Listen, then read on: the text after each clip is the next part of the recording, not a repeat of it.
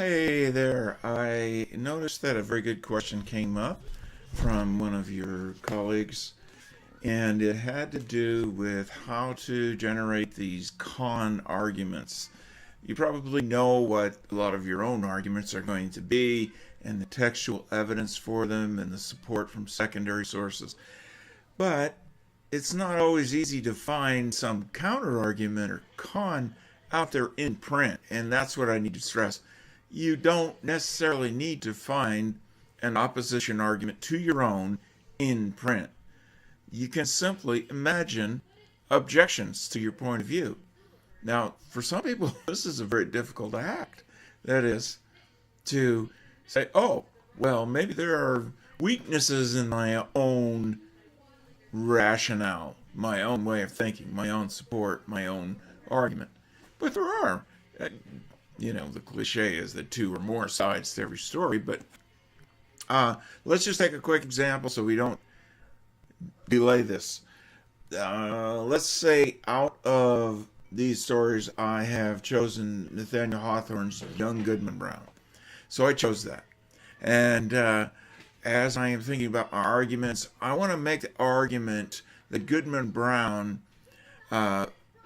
in part, loses his innocence and becomes cynical in the story, mainly because he loses faith. That his wife is named Faith, but he actually loses faith in faith, and the source of the evil is not necessarily something external so much as his own doubts, his own tendency to either put people on a pedestal right up here or vilify them.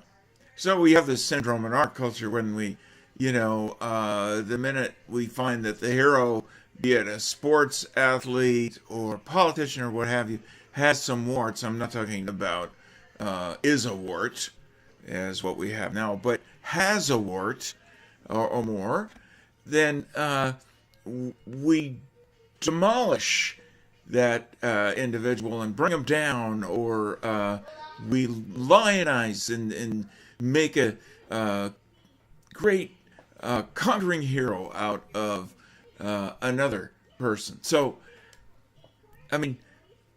you can also then imagine counter arguments to that what would be objections? Stop and think. What would be objections to this argument?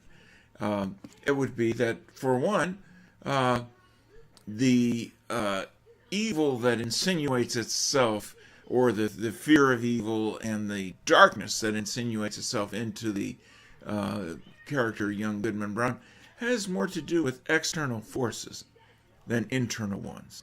And you can name some of those, the darkness of forests, the signs of witchcraft, stumbling upon the coven, so to speak, out there in the deepest forest. And of course, all of these were typical of Puritan beliefs, that you could go to this part in the forest, and it's persisted in our movies and in our pop culture.